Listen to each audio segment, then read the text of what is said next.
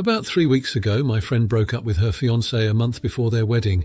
Would have been this weekend she found him fooling around with another girl and called off the wedding. It's a huge mess and I feel awful for her. It truly is a devastating time for her, and I've been as supportive as possible through it all. She has been one of my closest friends for the past 15-ish years, and she is basically a sister to me. Because of this, when I found out they were engaged at the beginning of the year, I wanted to give her a truly special wedding gift. She has always been into interior designing and has wanted an Eames lounge chair for a long time. I found one for $4,500, which was a good deal, so I got it for her. I'm fortunate to be able to afford this, but it's still quite a lot. She was ugly crying when I told her about it, and she was extremely grateful for it. However, now that the wedding is called off, I'm not sure what to do. I could still use that money if I were to get it back. Is it rude to ask for her to return it, or at least pay me back for the chair? I feel like I would be such a jerk for doing so, but some other friends who aren't close to her said she absolutely should at least return it so I can get my money back. She's going through a lot now, so I don't want to press her too much, and honestly, if I never see the money again, that's fine. But still, $4,500 is a good amount of change that I would be happy to have if possible. Edit. Thanks for all the replies so far. I realised I left out a very important detail, which is the time frame to return the chair is 90 days, so that's why I'm asking this question now. I bought the chair in mid-September, so that to return and get the full refund is coming up in about a month. To address some other comments, you all are right about asking her for money, which is dumb, and I will not do that. The big reason why I even asked the question was due to my conversation with other friends who said she should return it. Ultimately, I will not ask her to do anything, and she can keep the chair, no problem. If she does get married again, though, maybe I'll just buy her some nice chocolate, then LOL. Thanks, everyone. Now for a few comments before the update. Comment 1. On paper, no, you wouldn't be the idiot for asking for your wedding gift back if they didn't go through with the wedding. Social protocol dictates she give it back, but there's technicality, and then reality. 1. The expectation is for her to give the gifts back, not for you to demand them back. Let your friend have the dignity to offer to do the right thing on her own. 2. Your friend just had her heart stomped on. Is it really the best time to ask for your gift back? Give her time to process the enormity of what happened. 3. You said she likes interior design. It sounds like you bought it for her, not because she ended up with this specific guy. For me, that changes the dynamic of letting her keep it. 4. At its root, wedding gifts are a way to show our friends' support. Why, as a society, is it normal to drop a huge sum celebrating someone's happiness, but not comforting someone when they are experiencing huge loss and sadness?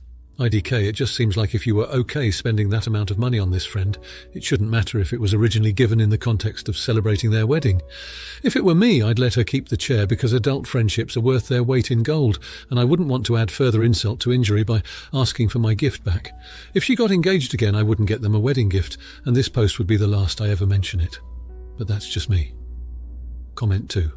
I think your feeling that you would be an idiot is exactly correct. From a purely transactional point of view, you are NTA for asking for it back.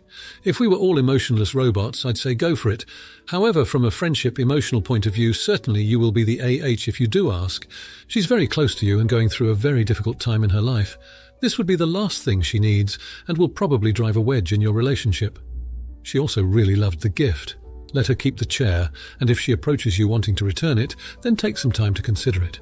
Consider the money gone. Money comes and goes. Quality friendships, on the other hand, may be once in a lifetime. Comment 3. I'm going to say you would be an idiot, only because the wedding got broken off because her fiancé cheated, and this really kicking her while she's down.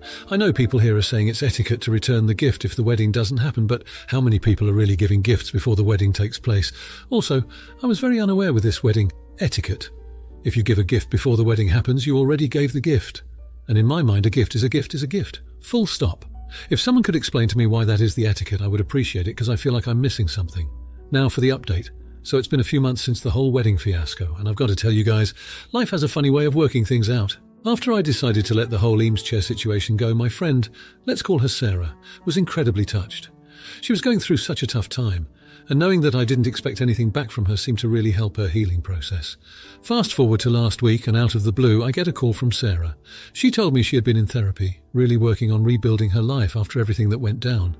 Then she hit me with a surprise. She insisted on repaying me for the chair. Not with money, though. She said that she couldn't put a price on the support I'd given her, but wanted to find a way to show her gratitude. Sarah's a graphic designer, super talented, and she remembered me mentioning a while back that I wanted to redo the graphics for my small business. So she offered her skills and has been working with me on a complete rebrand, logos, business cards, the works. Her creative touch is something I couldn't have afforded otherwise, and honestly, it's made such a difference. My business is looking more professional than ever, and I've already seen an uptick in interest from new clients. But here's the real kicker.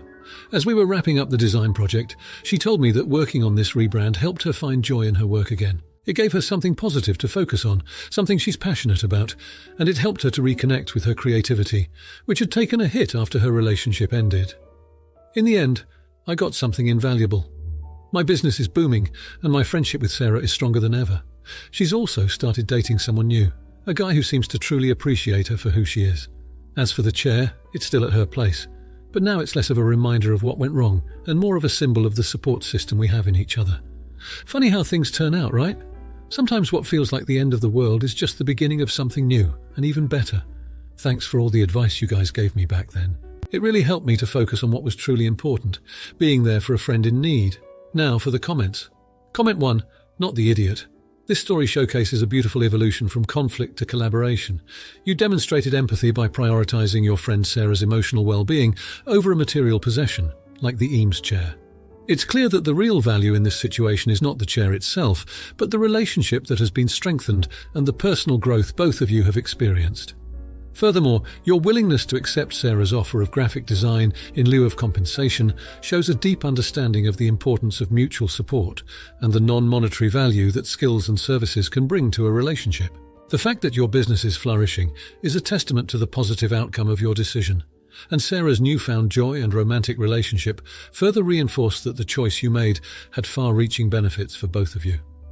It's a classic case of putting human relationships above material possessions, which is both ethical and commendable. Comment 2, not the idiot. In this scenario, you've demonstrated an excellent example of conflict resolution and the power of forgiveness. By letting go of the issue with the Eames chair, you've not only helped Sarah during a difficult period, but you've also paved the way for a mutually beneficial partnership. The success of your rebranded business and the positive impact on Sarah's mental state and creativity highlight the significant advantages of choosing to focus on long-term gains over short-term losses. Additionally, this story underscores the importance of recognizing when a friend is in need and offering support that goes beyond the material. Sarah's subsequent happiness and her new relationship serve as a reminder that our actions can have ripple effects on the lives of others. Your decision to move forward together, rather than dwelling on past mistakes, exemplifies a mature and compassionate approach to friendship and business. Comment 3, not the idiot. The outcome of this wedding fiasco turned collaboration is a testament to the power of letting go and the importance of second chances. By overlooking the past issue with the Eames chair, you've not only solidified a friendship, but also created an environment where both of you could thrive personally and professionally. Your story is a prime example of how sometimes the best investments we can make are in people rather than things.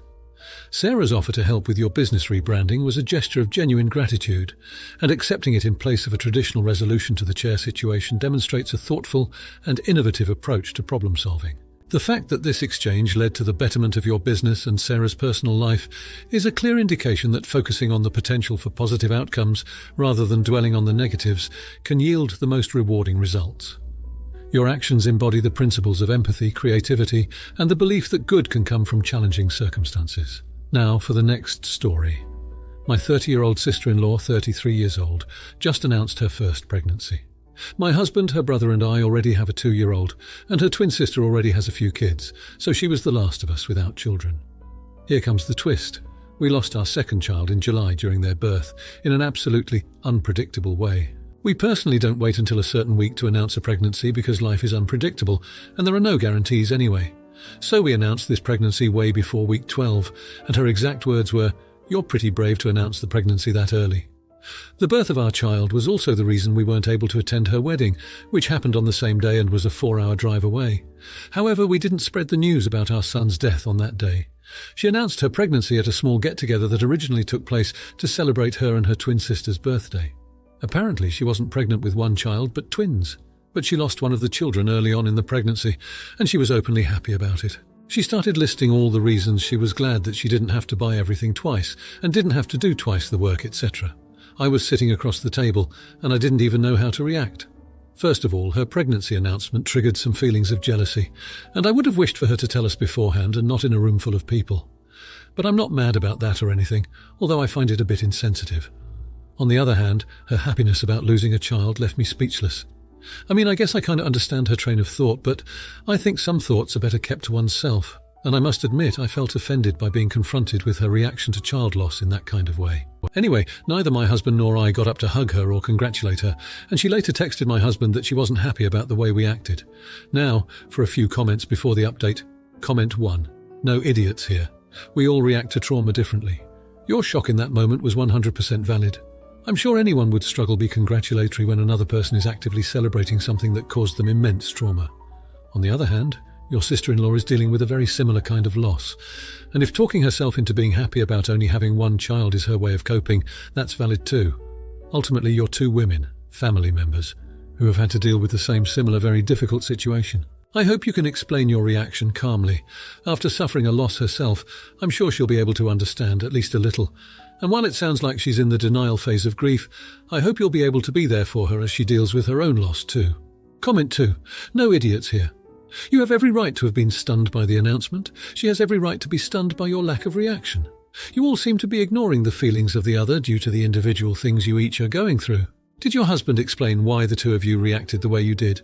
I'm guessing if he does that your sister-in-law is going to be horribly sad that she hurt you, and I'd be willing to bet that this, or just time, will leave you sad that you didn't respond to her announcement better. I get that you're hurting, but she likely is too. She dealt with her pain in a way that helped, or she thought was helping her to get over it. You dealt with your pain differently. You don't understand her action, and she doesn't understand your lack of reaction. Comment 3. No idiots here. You're allowed to be uncomfortable and upset and process that in your own way. She's allowed to be excited and announce her pregnancy in her way. Not everyone considers a fetus to be a person, I don't. So losing one, especially very early on and still being pregnant, may legitimately be a relief to her. It would be to me. 2 babies at one time is no joke. You don't have to agree or approve, but the fact that you don't agree doesn't make her wrong. I think for most women, losing an early pregnancy is very different from losing a child during birth, and it's unrealistic to compare the two as equal tragedies. But given how recently you lost your child, I can fully understand why her relief would seem offensive to you. Now for the update. It's been several months since the birthday party where everything seemed to unravel. I won't lie. The days following my last post were fraught with tension and sadness. But there's something about time. It doesn't heal all wounds, but it gives us a chance to stitch the fabric back together, even if the pattern is forever altered. My husband and I started attending grief counselling, which brought us a sense of peace and understanding we didn't know we needed. Meanwhile, my sister-in-law, well, she was on her own journey. I suppose the distance gave her time to reflect on her words that day, and one afternoon she showed up unannounced, her eyes rimmed with the weight of a heavy conscience. With a shaky voice, she apologised, not the kind of apology that's laced with justifications, but the raw, open-hearted kind that starts the healing. She admitted that her comment about not wanting twins was a defence mechanism, her way of coping with her own pain. We talked, we cried, and something beautiful happened. We forgave each other. As her belly grew, so did our relationship. She included us in her journey, sensitive to our loss, and we found joy in her milestones. When she gave birth to a healthy baby boy, we were right there with her. Holding her son for the first time brought a mix of emotions, but above all, there was love. Pure, unadulterated love. They say it takes a village, and our families have really come together. Our parents have been rocks, supporting all of us through the thick of it, and our friends, they've shown that they're more like family, with shoulders ready for tears and hands prepared to help. I won't say things are perfect. Some days grief hits like a tidal wave, and we brace ourselves against it. But we're learning to ride those waves with a resilience I never knew we had. And our little angel, the one we said goodbye to before we could say hello, is never far from our thoughts. In the midst of our healing, my husband and I decided to start a small charity in our baby's honour, supporting families dealing with similar heartaches. It's given us purpose and a way to channel our love into something that keeps our child's memory alive. Life is unpredictable and often hard, but it's also filled with moments of profound connection and forgiveness. Our family isn't defined by the tragedies we've faced, but by the ways we've come together in their aftermath. And for that I am grateful. Now for the comments. Comment 1. Not the idiot. It's clear from your story that both you and your husband have experienced a profound tragedy and have taken constructive steps toward healing by attending grief counselling. This process is deeply personal and requires a lot of vulnerability and strength.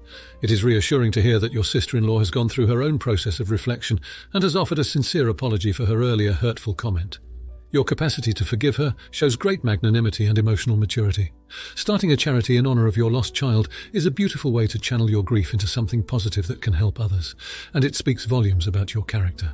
The fact that your families are coming together in support during this time is a testament to the power of love and forgiveness.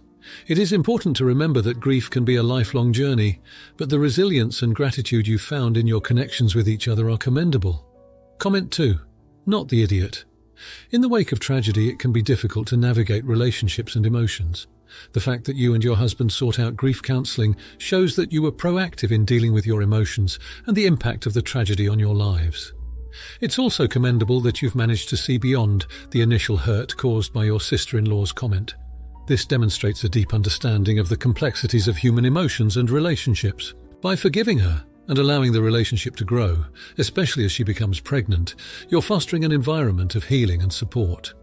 Moreover, the establishment of a charity in your lost child's honor not only serves as a powerful tribute, but also as a means to extend your love and support to others who may be suffering. The resilience you've shown in building connections in the face of ongoing grief is a testament to the strength of the human spirit. Comment 3. Not the idiot. Your story is a poignant reminder that even in the depths of despair, human beings are capable of extraordinary compassion and growth. Grief counseling can be an incredibly beneficial tool for those who have suffered a loss, and your decision to engage in it is a sign of your commitment to healing. It is also heartening to hear that your sister-in-law has taken the time for self-reflection and has reached out to you with an apology.